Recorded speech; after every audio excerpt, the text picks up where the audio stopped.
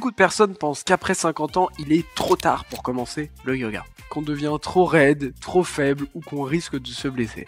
Mais c'est totalement faux. Le yoga est une des meilleures disciplines et selon moi la meilleure discipline pour garder un corps en forme et sans douleur et ce le plus longtemps possible. J'en veux pour preuve et j'en profite pour faire un hommage à ma mamie qui aujourd'hui a plus de 81 ans et qui continue à faire du yoga plusieurs fois par semaine, qui est capable de suivre mes cours de yoga les plus avancés, faire des postures sur la tête et elle est en pleine forme. J'ai du mal à suivre sa forme et honnêtement, mon souhait le plus cher en termes de santé pour ma personne, c'est d'être aussi en forme que ma mamie quand j'aurai son âge. Dans cette vidéo, je vais te montrer pourquoi il est essentiel de pratiquer le yoga même après 50 ans et surtout comment tu vas pouvoir le faire simplement et sans danger. Si tu ne me connais pas encore, je m'appelle Sacha, je suis professeur, formateur et auteur dans le monde du yoga. J'ai accompagné plusieurs milliers de personnes ces dernières années avec mon équipe à se développer, tout simplement développer leur pratique physique du yoga, leur bien-être depuis chez eux.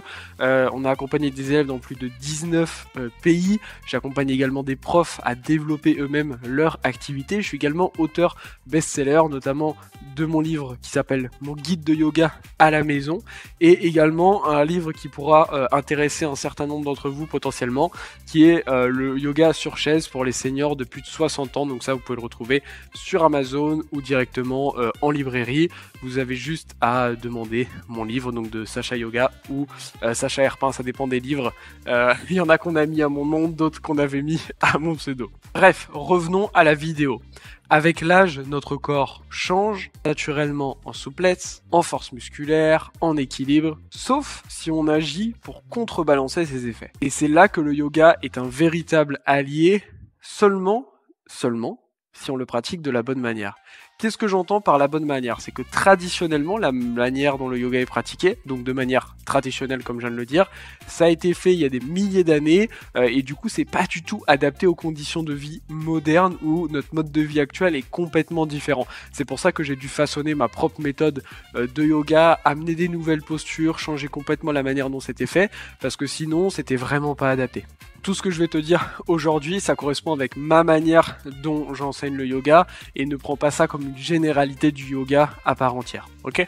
Déjà, le yoga va préserver ta mobilité et notamment ta mobilité articulaire. Ce qu'il faut comprendre, c'est qu'avec l'âge, naturellement, tes articulations ont tendance à se raidir, ce qui va bloquer un petit peu ta possibilité de mouvement, par exemple au niveau des épaules ou alors au niveau des hanches. Le yoga va te permettre de maintenir une bonne mobilité en général et du coup d'éviter, tu sais, ces raideurs matinales. Et d'ailleurs, un truc qui est très intéressant, c'est qu'avec notre mode de vie aujourd'hui, beaucoup de personnes qui ont aujourd'hui ne serait-ce que 20 ans ou 30 ans ont des raideurs que avant certaines personnes n'avaient qu'à partir de, par exemple, 60 ans. Ensuite, très important, le yoga ça va améliorer ton équilibre et donc par conséquent réduire le risque de chute. Ce qu'il faut comprendre c'est que plus on avance dans l'âge, plus l'équilibre baisse et du coup naturellement on voit beaucoup de personnes aussi âgées qui après ont des chutes tout simplement parce qu'elles manquent d'équilibre et souvent c'est ces chutes qui derrière entraînent vraiment la cascade négative derrière de la santé et qui souvent peut amener à la fin. Et du coup c'est pour ça que c'est primordial de travailler son équilibre et plus tôt on va le travailler, mieux c'est. Et très souvent on me dit mais Sacha ça sert à quoi? Des fois je te vois faire des équilibres super avancés etc. Mais en fait la raison pour laquelle je le fais c'est pas juste pour faire une belle photo, on s'en fiche. L'intérêt de développer son équilibre le plus possible c'est que bah du coup dans des situations du quotidien très banales, la notion d'équilibre devient extrêmement simple et du coup c'est extrêmement important d'y penser pour sa santé. Ensuite, le yoga va te permettre de diminuer les douleurs et également de baisser ton niveau de stress. Il est donc primordial d'en prendre soin. Surtout que très souvent à cet âge-là, on peut avoir des enfants ou alors on arrive progressivement à avoir potentiellement aussi des petits-enfants. Donc on peut aussi avoir un stress qui se décuple pour sa famille et il est important de bien gérer son stress, comme par exemple avec des exercices de respiration qu'on appelle au yoga les pranayama. Tu peux chercher sur ma chaîne YouTube, j'ai fait pas mal de vidéos à ce sujet. Mais du coup, comment on fait pour pratiquer après 50 ans de manière sécuritaire? Très simple, déjà tu peux commencer par débuter avec mon livre directement dont je t'ai parlé tout à l'heure. Par exemple, si vraiment tu te sens pas forcément très en forme, tu peux débuter avec mon livre de yoga sur chaise qui te permet de démarrer avec une pratique extrêmement simple.